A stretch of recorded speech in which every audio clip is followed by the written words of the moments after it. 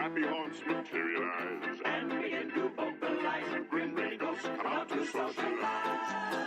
Now don't close your eyes and don't try to hide. For a silly spook, place it by your side. Shrouded in your dark disguise, They pretend to terrorize.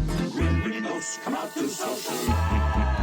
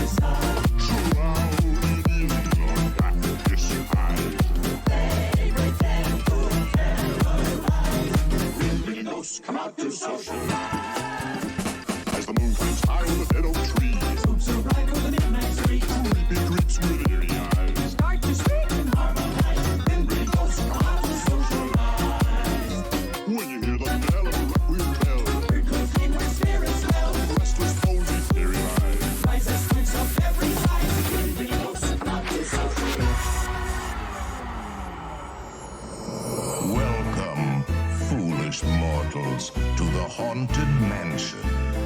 I am your host, your ghost host. Kindly step all the way in, please, and make room for everyone.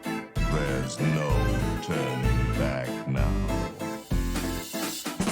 The carriage that will carry you into the moldering sanctum of the spirit world will accommodate you and one or two loved ones. your step as you board. Oh yes, and no flash pictures, please. When the crypt goes creaking, the tombstones quake. Happy haunts materialize. And begin to vocalize. Grim ghosts come out to socialize. Close your eyes and don't try too hard. For a silly spook, place it by your side. Shrouded in the darkness hide. They pretend to terrorize. Grim ghosts come out to socialize. As the moon flames high over the dead oak tree. Spooks arrive on the midnight street. Creepy creeps with eerie eyes. Start to scream and harmonize. Grim ghosts come out to socialize. When you hear the bell of a requiem bell, Miracles clean our spirits well. restless bones etherealize. Rise as spooks of every size. Grim ghosts come out to socialize.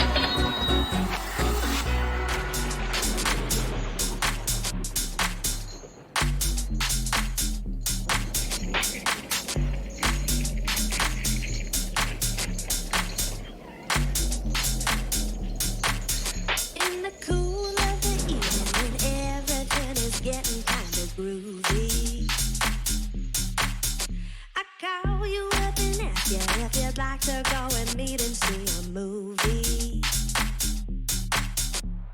First you say no, you've got some plans for the night, and then you stop and say, alright, love is kinda crazy with a spooky little guy like you. Spooky little guy like you.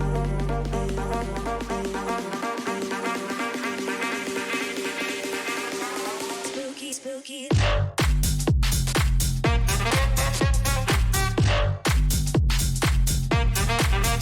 Spooky.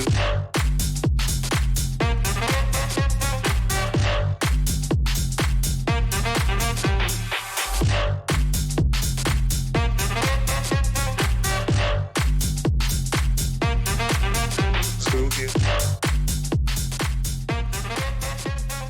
Love is kinda crazy with a spooky little guy like you.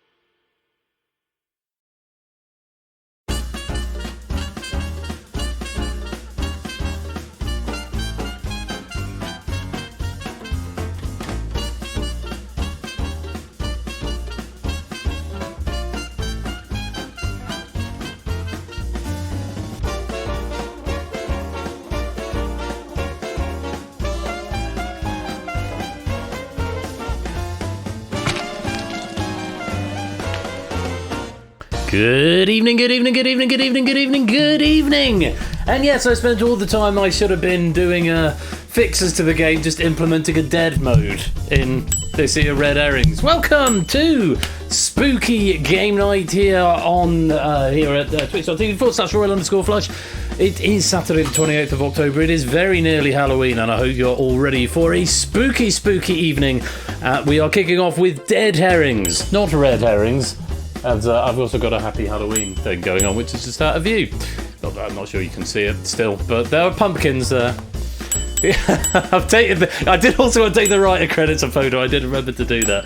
Yes, we are playing Dead Herrings. This is a pack written by me, and I hope you're looking forward to it. Suitably spooky. No warm-up game. We're jumping straight in tonight.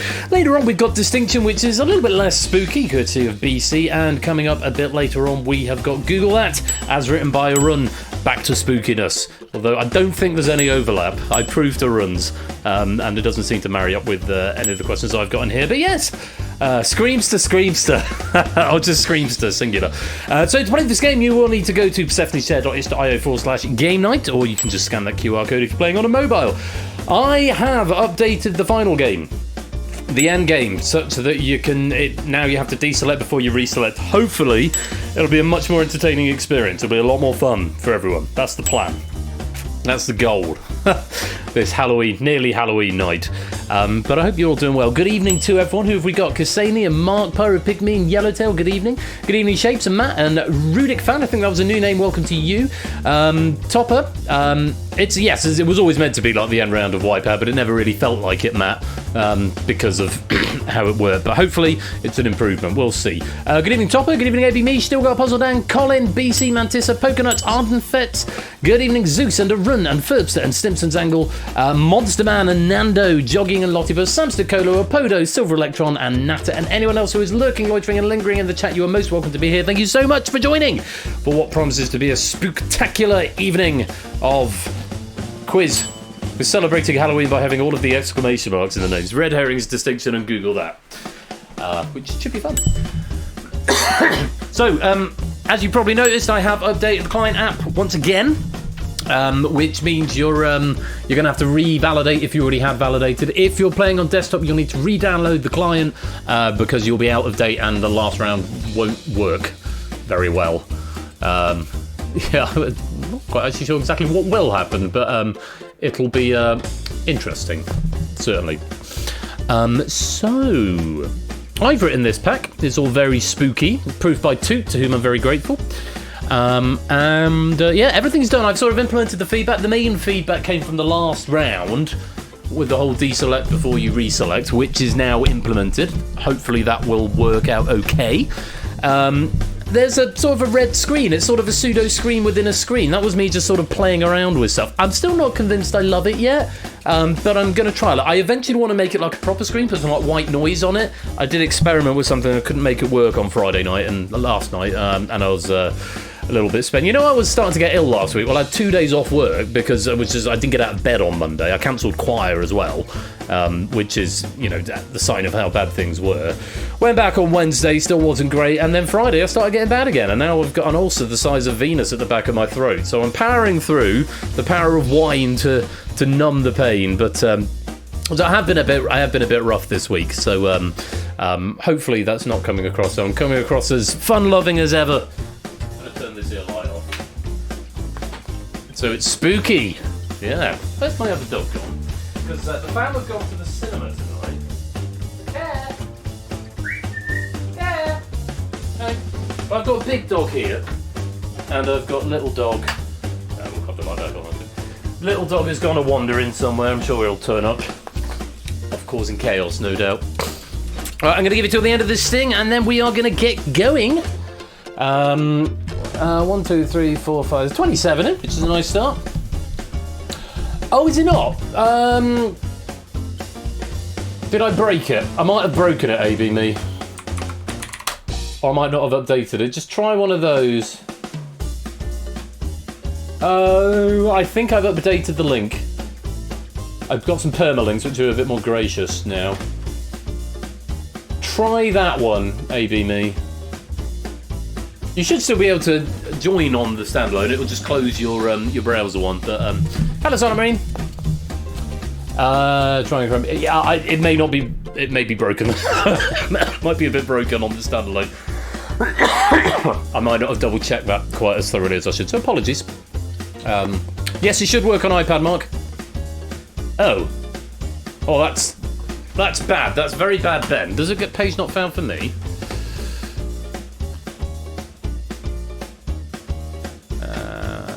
No, it's coming up for me. Maybe I've not made it public. That's weird. Dunno.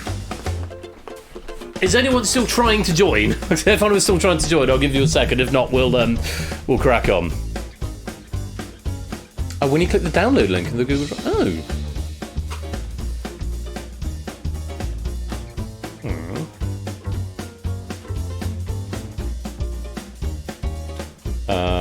Download. What?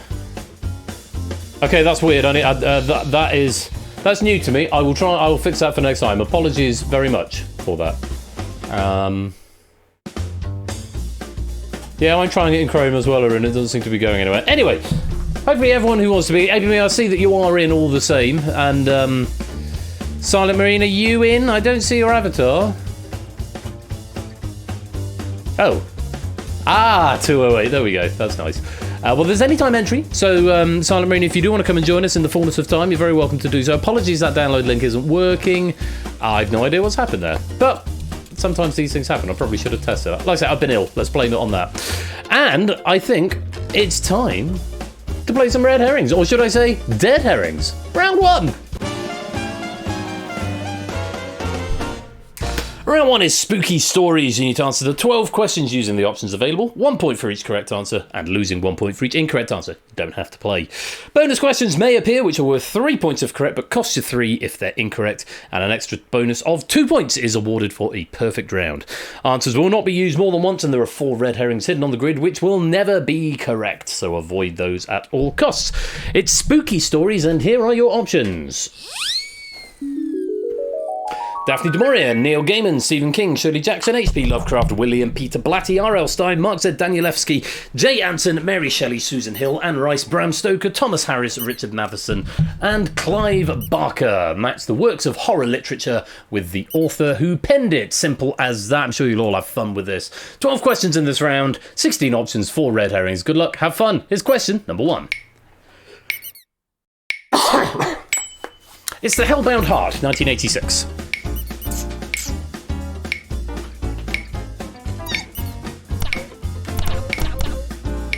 Remember, you lose a point if you're wrong. I don't know if you got that. Clive Barker. Clive Barker, the famous author of Clive Barker's Jericho by Clive Barker. Also from where we get the villain Pinhead from. Here we go. Frankenstein, 1818. Just occurred to me I haven't actually checked my debug logger. It does appear to be working, but I didn't test it before because I just threw it in about half an hour ago. That would be Mary Shelley. Oh, Cusan's just out of time there. Let's go on. Why is it not debugging? Oh, it is debugging the question. Silence of the Lambs, 1988.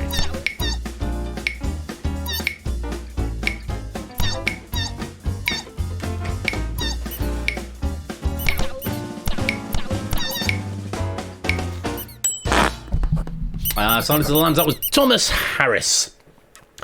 Thomas Harris, what wrote The Silence of the Lambs. And Silent Marine, welcome to the game. And here's a bonus question for you. 3 points if you're right, minus 3 if you're wrong.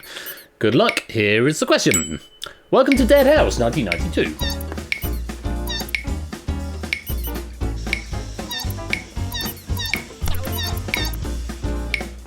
And you lose 3 if you're wrong. That would be R.L. Stein. R.L. Stein. Top answer coming in the nick of time. They're just beating the latency. Jovial Bob Stein, indeed so. The Call of Cthulhu, 1928. Remember, answers won't be repeated, so you can be mentally checking them off once they've gone. So they won't come up again. You might be able to do a bit of a sort of elimination and sort of work out what's left. H.P. Lovecraft is the answer, and Cusan's that coming in just in the nick of time. Here's another bonus question for you. 3 if you're right, minus 3 if you're wrong. Take a look at this. I Am Legend, 1954.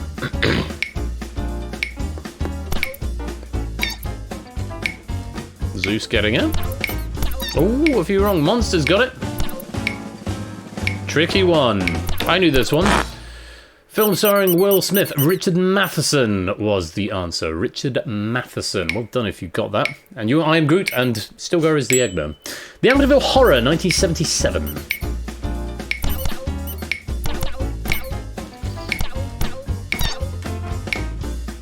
Just screams to getting it so far.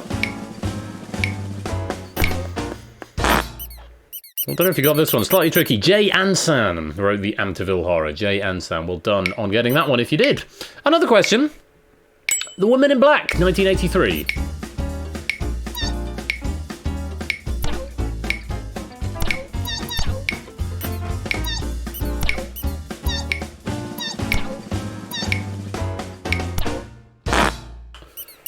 Susan Hill, also a very famous play. Sequel to Christopher Berg's Lady in Red. Not quite. Another bonus question, a third one for you, you lucky people. 3 points if you're right, minus 3 if you're wrong. Take a peep at this. The Haunting of Hill House, 1959.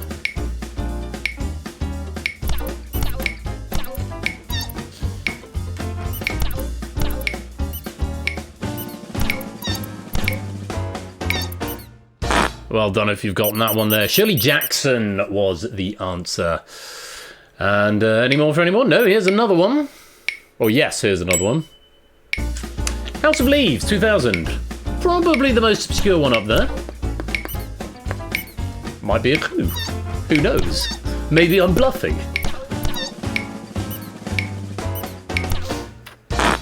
Not a few people taking the risk. Mark Z. Danielewski was the answer at House of Leaves in the year 2000. And another question. The Exorcist, 1971.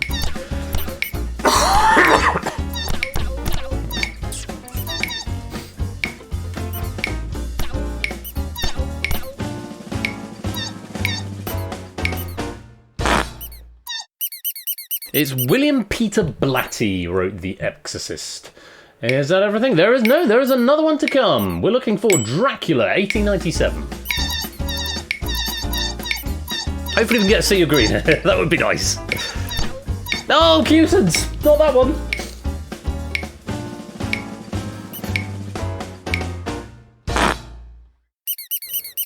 Bram Stoker, of course it was Bram Stoker what wrote Dracula. And let's reveal the red herrings. Daphne du Maurier, Neil Gaiman, Stephen King and Anne Rice. And that's the end of round one.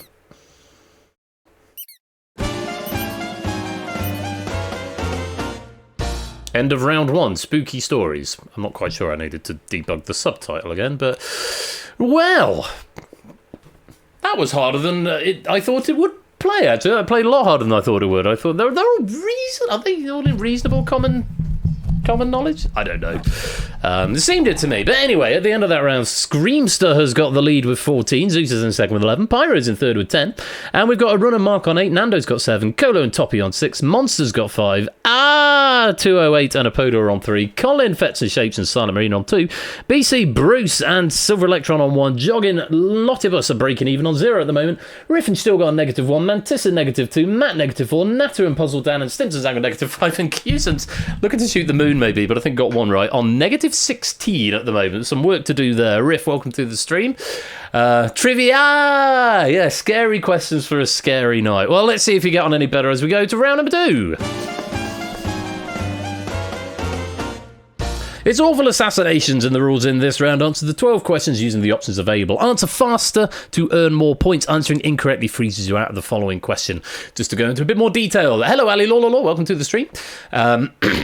Just to clarify, if you answer in the first 5 seconds, you'll get 3 points. The next 5 seconds, you get 2. The last 5 seconds, you get 1. But if you get a question wrong, then you are frozen out of the following question. And a message from our sponsor, Matt the Ref. This round sponsored by Horrible Histories. Thanks, Dan. Possibly. Thank you for the 100 bits there, Matt. Additionally, bonus questions may appear, which are worth a flat rate of 5 points if you are correct. You get an extra bonus of 3 points if you manage to get a perfect round. Answers aren't used more than once, and there are 4 red herrings once again in the grid, which will never be correct. So watch out for those. So, awful assassinations. Let's take a look at your options.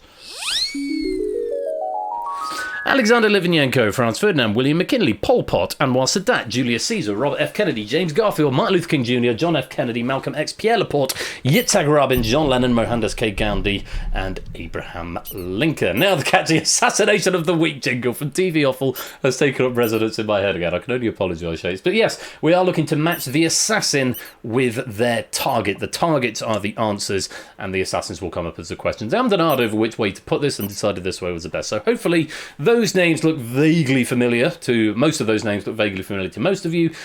Do you know who assassinated them? It is spooky season, all about death and whatnot, so it seemed appropriate. Good luck! You've got 15 seconds for each one. And Ali, I've seen Ali Law has joined the lobby.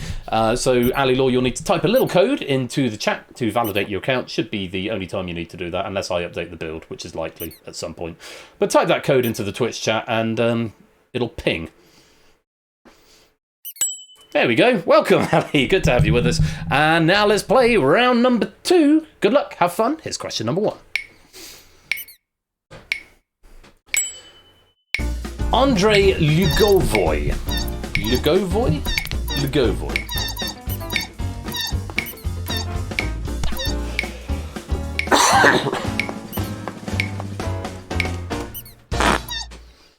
That would have been Alexander Litvinenko. Big story around about 2006, 2007.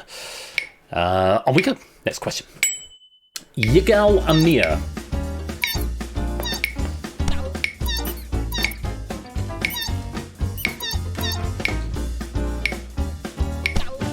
Oh, did it say 2 points? Whoops. Thanks for catching that, Mark. Yitzhak Rabin was the assassin. Sorry, Yigal Amir was the assassin. Yitzhak Rabin was the target. And here's a bonus question. 5 points, flat rate. Orange if you're frozen out. Take a look at this for 5. Charles Guiteau, or Charles Guiteau, possibly. And yes, if someone could note down that it says 2 points on the app, that's very much a bug. I know why it's happened. It's just an oversight. That's my bad.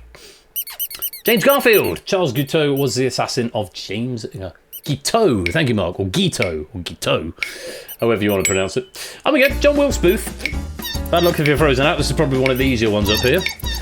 But Orange, if you are frozen out, you won't be able to answer this one, I'm afraid. He says one of the easy ones up here. Still a couple of people getting it wrong, which is fine. Abraham Lincoln was the answer. Yes, that's a play.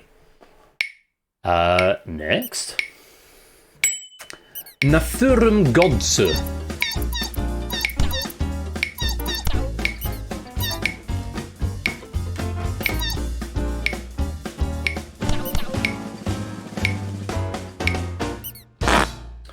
That was Mohandas K. Gandhi, Mahatma Gandhi. It was the answer. Some of these, the names maybe are kind of in the same. If they're from the same country, then some of the names might look kind of from a similar etymology. So there's an extra in for you if you look at the actual where you suspect that people might be from. Lee Harvey Oswald is the next one. This is probably the easiest one up here.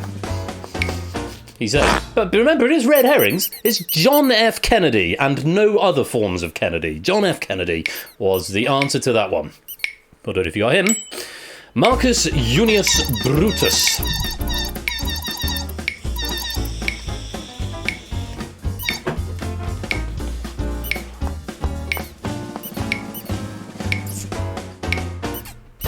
Et tu, Brutus? Yeah, it wasn't just him, but he's the one we commonly tend to remember. Julius Caesar was the answer. Oh, and here's another bonus question, and it's everyone is blue, which is nice. So everyone can attempt it for 5 points. Et tu, Brutus. Absolutely. Shirhan.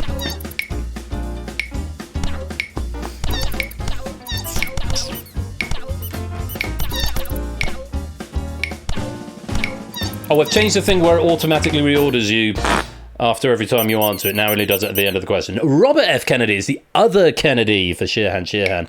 Quite a few getting that wrong and going orange, frozen out of this one. Khalid al-Islambouli.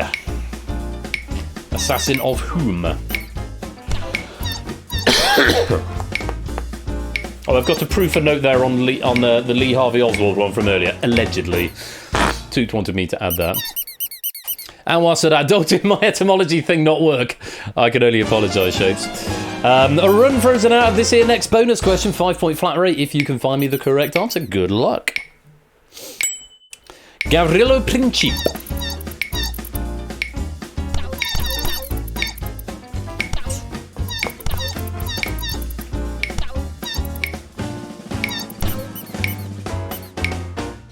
Gavrilo Princip assassinated Archduke Franz Ferdinand and started the First World War. What a bastard. A few freeze outs here. Here's your next question. Leon Czolgosz. Czolgosz? I think it's probably Czolgosz. Yes. Czolgosz. Thank you, Mark. Resident pronunciateur. That was William McKinley. President McKinley. Leon Czolgosz. Thank you, Matt. Mark Chapman.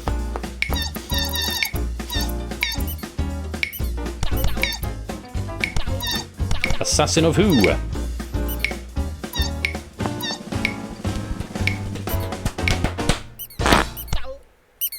That was John Lennon. Yes, the Americans thought so much of John Lennon that they shot him. Pol Pot, Pierre Laporte, Malcolm X and Martin Luther King Jr. were the red herrings up there, and that is the end of round number 2. Anyone get a perfect round? Sugar Gold.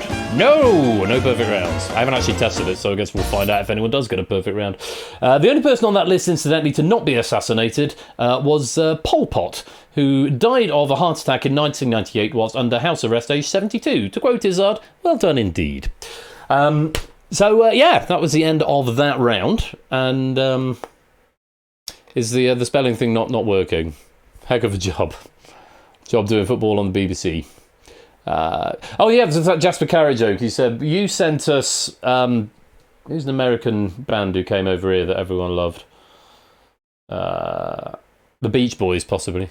You sent us the Beach Boys and we embraced them as part of our own and loved them. No, but the Beach Boys, no, they were British, were they? No, because they sang about California. Anyway, the joke goes, and you sent them to us and we loved them and embraced them and treated them as our own. We sent you John Lennon and you shot him.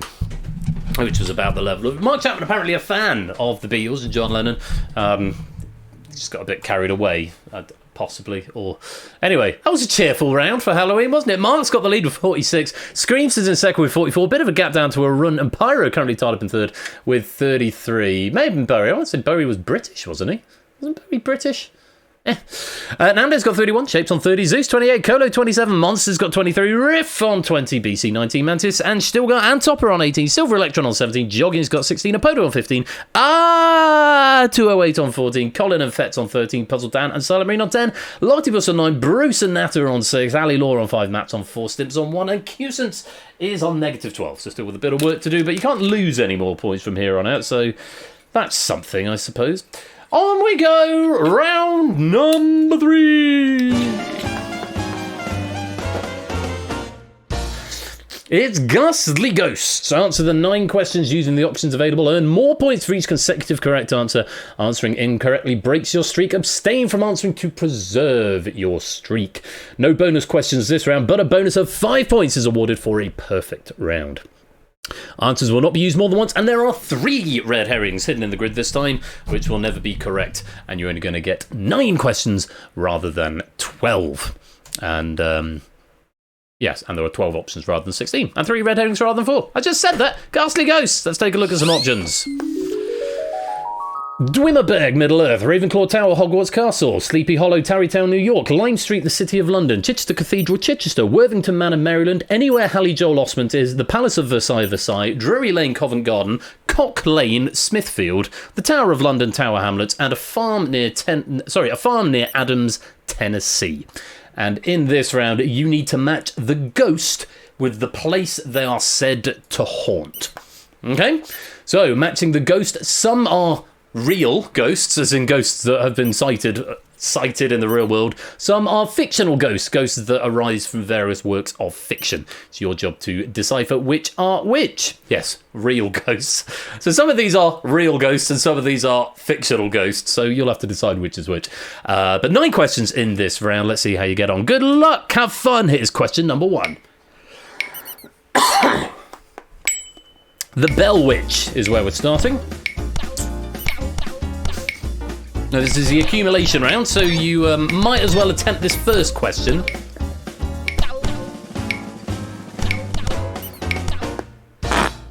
Tricky one to start. That's a farm near Tennessee, allegedly formed the basis for the Blair Witch Project, if you'll remember that film. Next one. Dr. Malcolm Crowe.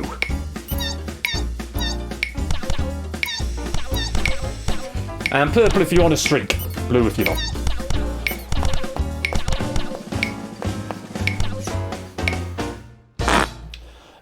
Dr. Malcolm Crowe would be anywhere Hallie Joel Osment is. In from the Sixth Sense is what we're getting at there.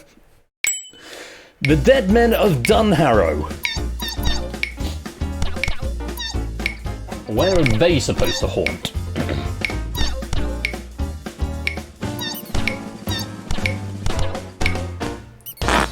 They are supposed to haunt Dwimmerberg in Middle-earth. The way is shut. Yes, the Men of the Mountain, the Army of the Dead from Return of the King. The Headless Horseman is next.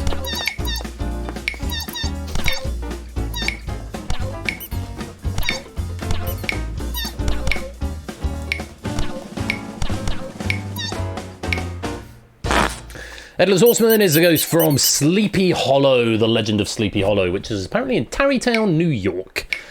On we go. The Cock Lane Ghost. Is it a red herring? Could I be that cruel? Yes, chased off Ichabod Crane, indeed he did. Bloody Buzz has got it wrong. The only one to do so.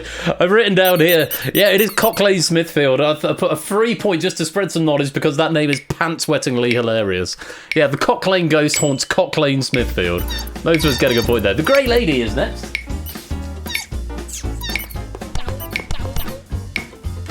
It's waiting for everyone else to get it right first. Probably wise, a little bit of metaing in this game, which can be useful to check it's not a red herring. That would be Ravenclaw Tower, Hogwarts Castle, the Grey Lady, or the daughter of Rowena Ravenclaw, whose name I forget.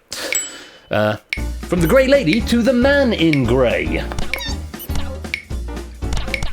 The Man in Grey.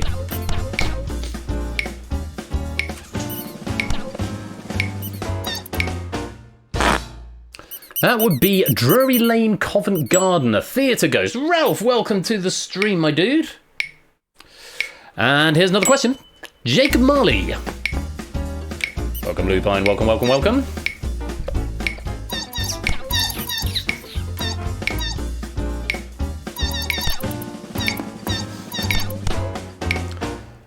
Well done if you got this. A bit of logical deduction. This would be Lime Street, the City of London. Not known for sure, but scholars' best guesses suggest it was probably based upon somewhere in this vicinity. Of course, the Ghost from A Christmas Carol. Thomas Becket. His name, of course, we all know is Thomas Becket, but been remembered in history as Thomas Becket. Where's he haunt? That would, of course, be the Tower of London, Tower Hamlets, along with quite a few others set to haunt the Tower of London. Thomas à Becket is one of the most prominent. And the red herrings there, the Palace of Versailles in Versailles, Worthington Manor, Maryland, and Chichester Cathedral, Chichester. There, your red herrings, and that's the end of round 3. Anyone going gold? No! And just to add some skin to those rather vague bones, yes, Chichester Cathedral is my local cathedral. It's not haunted, to my knowledge. The Palace of Versailles, a smattering of famous folks are said to haunt the palace, including Charles de Gaulle, inventor of the Paris airport, Benjamin Franklin, and Napoleon. None of the previous answers that were on the board, though. And Worthington Manor in Maryland, that's actually a golf course. It sounds like it should be some sort of haunted manor house, but it's just a golf course. Yes, it was where they were haunting. Lupine, that's exactly what it was. There's an unhaunted ghost. We should ask Samsa because he knows a lot of ghosts. Lol. Yeah. No, Lupine, we were looking for where they were haunting. I would play a haunted golf course. I would, except for the game of golf. I used to like golf, and I've sort of gone off it as I've gotten older. So who was it who said, I can't stand golf, it ruins a perfectly good walk. Screamster's in the lead now with 54, Mark's in second with 52, Stilgar up into third with 39, Monster and Zeus with 38, Arun and Nando and Pirate all with 37, BC and Shapes have got 34, Colo on 32, Silver Electron 27, Riff has got 26, Mantis has got 24, Apodo on 21, Jogging and Topper on 20, 208 and Colin and Fetz are all on 19, Bruce and Stimps are on 16, Puzzle Dan and Silent Marine on 13, Nat has got 11, Lofty on 10, Matt on 8, Ali Law is on 7, Ralph is on 1, and Cusins is on negative 11, and a message from our sponsor, Matt the Ref. What is a score of 1 under par on a haunted golf course? Boo gay. Boo. Shame. It's worthy of that, but thank you for the 100 bits, I'm grateful. So I was going to text my neighbour back who asked me out for a run at 8:05. It was streaming. Still am. Smile emoji. Yeah, he's trying to get me to go running. I sort of turned him down on the other day because I was poorly. And still am. And also I don't really like dark weather running. But yeah. It is a bit dark for running. Hello, Bod. Welcome to the stream. Good to have you all here. Oh, Bod, if you want to join for the final round, I've done the change. And you might like it. If you just come and join for this final round, just to see if you like it. Come on, you know it makes sense. You'll have to re-verify the app because I've updated the app to make this round viable. If it was correct, it's over 1 bar. Very good. Yeah, links there to the app. You have to play the browser version. Apparently, the standalone links are fucked. But you can play the browser version. See if you like it. First of all, we'll see if it works. There's Mr. Vertigo. Hello, welcome on in. Welcome. There is going to be one more round. It's going to get Bod to come and join because he seems to be suggesting that he was going to come and join there. So we'll let him get in. We'll let him get validated, and Is the Google Drive link working? Oh, it wasn't working before. Oh, there we go, Bob. In you are. Right, final round. It's Horrible Halloween. Yes, we've had alliterative titles all the way through. Now it's time for Horrible Halloween. And who's that? Kegler Coach, welcome to the game. Find the 6 correct answers that fit the criteria. Submit a wrong answer and you'll be told how many you got right and be frozen out for 5 seconds. As long as you give me 6. If you don't give me exactly 6, it won't give you any information. It'll just say, whoops, nothing happened. The first to find all 6 wins 50 points. Subsequent correct submissions win 50 points fewer than the previous player. Answers will gradually be removed as gameplay progresses. That is now implemented. And it will also update on your app, which I'm very excited about. Whoa, hello, Razor. Okay. Oh, yeah, now's a perfect time to do updates. Just spot on. Fuck is wrong with you? Optimat Kegler, welcome to the stream. All our computer just decides now is the optimum time to just do some updates. And oh my goodness, my gracious. Oh, and I'm a driver behind as well. A graphics driver. I've no idea why it's done that. It's never done that before. It's crashed before, and I'm grateful it hasn't crashed. Yeah. Anyway, gameplay continues until all 10... that's still wrong. It shouldn't say all 10 players. It should just say until 10 players have found all 6 answers or 90 seconds have expired. Yeah. What the fuck is going on there? I'm really worried something else is going to pop up over the screen in a minute. I mean, you have it on your app, so you should be fine. But yeah, still a typo in there, but it's less incorrect than it was last time. And hopefully it'll all work. And once the answers are dismissed, it'll take them off your app as well, in theory. Something I need to add. Yeah, I haven't tested it if 10 people do solve it. It might just carry on, because I've not had that many people in testing where it's all been solved. So we'll find out. Anyway, hopefully it'll just sort itself out. It's Horrible Halloween, and your options are... 20 years later, the Dream Master dies, Reloaded, Next of Kin, The Rise of Michael Myers, Revelation, Resurrection, The Final Chapter, The Return of Michael Myers, Attack of Michael Myers, The Dark Descent Begins, Kills, The Revenge of Michael Myers, and Season of the Witch. 90 seconds, my dudes and dudettes, to identify 6 subtitles that have been used by films in the Halloween franchise. And I've got debugs. There's 2s and 1s and 3s and 2s and 3s and 4 and 2 and 3 and 3. Screens to submission error. Shape submission error. Hopefully it's doing the deselect before you reselect. Matt's up to 4 now. Ralph's up to 4. Some more submission errors there. I don't think I'm debugging the ones that... No, I'm not. It's not begins. Take begins out of your train of thought. Oh, fuck off, Razor. Still no one there yet. It's not the Dream Master. Take that out from your thinking. I'm seeing Natter up to a 5. Nando's up to a 5. It's not the Rise of Michael Myers. Remove that from your thinking. Still no one solved. You've got over 30 seconds. Oh, fucking hell, Razor. It's not the Dark Descent. Remove that from your train of thought. Oh, Pyro's the first to solve, getting 50 points there. Very well played. There's another. It's not Next of Kin either. There's a few more solves coming in now. And Zeus and Apoda have also solved. 10 seconds. It's not Attack of Michael Myers. Any more for any more? BC solved. Screamster has solved it. Stimson has solved it. And that is time up. And hopefully it won't ping it back down to you again. And the red herrings, the other red herrings there, Dies, Reloaded, Revelation, and the Final Chapter. So just to go through them, the correct answers there. 20 years later, that was the 3rd in the series. No, it wasn't. So, Season of the Witch was the 3rd in the series, 1982. Return of Michael Myers was the 4th, 1988. Revenge of Michael Myers was the 5th, 1989. 20 years later, or H2O, was 1998. Resurrection had no number in 2002. And, 2002. And Kills also had no number, 2021. I might mean 2020 for Halloween Resurrection, actually. 2002 doesn't feel right. I think that might be a typo, possibly. Anyway, Dies and Begins are not to be confused with Ends. I know they're similar one-word titles, but no. And also sort of Batman Begins.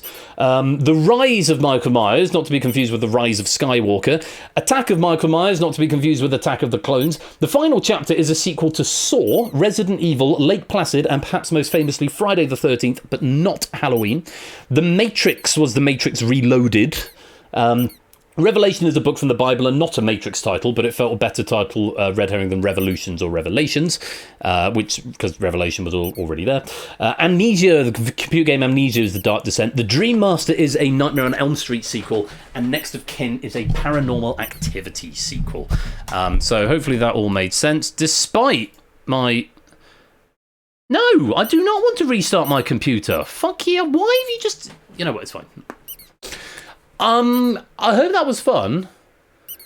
I'm not convinced there wasn't a bug in that with disappearing, but I ran out of time to verify it. Okay, Colin, tell me more. Did it work? I assume it worked since we got 1, 2, 3, 4, 5, 6, 7 solves. I was all flooded, but it was good. A lot of 5s coming in. So sod off Razor, that could be a good raid message. Anyway, yeah, if you've got any feedback on that, hit up suggestions, and that is the end of the game. I still don't have a strap displaying who's the winner, but I think it's nice and clear that Zeus gets the bronze medal with 78, Screamster gets the silver with 79, but our winner is Pyro with 87. Very well played indeed. No, it's not 8 pennies. It shouldn't be 8 pennies, it should be more than that, because the penny payout is... unless you only got 1, Ralph. Oh, yeah, no, it is going to be 8 pennies then. Sorry. Yeah, it's 8 times whatever your points are. So, yeah. Does it really, Cassady? Whoops. Okay, that's just a bug in the text. I don't think it actually does take them off you. Would you like to check? If you just do !pennies, Cassini, and I will just check the code to make... I'm fairly sure it doesn't actually iterate over if you've got fewer than 0, but it might just send the message. Because I think it sends the message to everybody. I just haven't done the round. Because you note it down and I'll fix it for next time. Award pennies... order by descending... Where points is greater than 0. As long as that's the metric I'm using. Oh god, I hope that's the metric I'm using. Shit. Don't debug. Pressing F11, that was not good. Yes, it does look like it's points I'm using, so you shouldn't have any taken off, but we'll check in a minute after the credits roll. That was Red Herrings. That was a lot of fun. I hope you enjoyed the software. I look forward to your feedback on that. And, no, go away, Unity debugging. We don't want to do that. When we come back, we're going to be playing Distinction by BC. It's slightly less spooky pack, but hopefully still a lot of fun for everyone. Hope you enjoyed that. Congrats to our medalists, and I hope you enjoyed the questions as well. Thank you to Toot for proofing, and I'll see you in a few minutes for even more Dixieland in Distinction. See you then.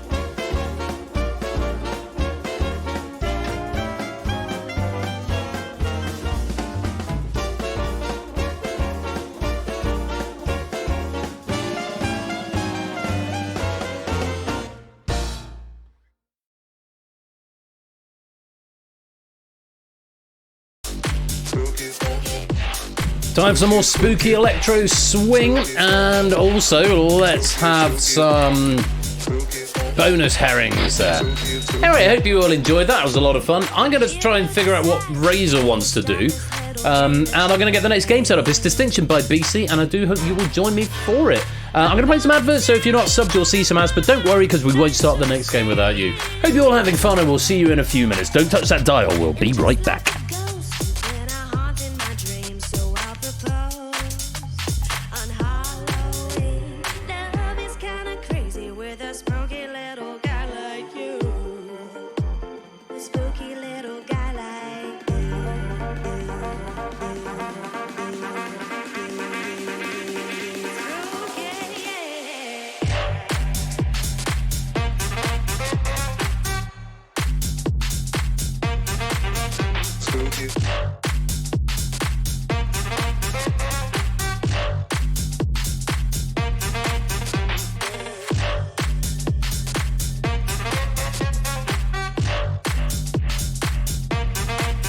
spooky,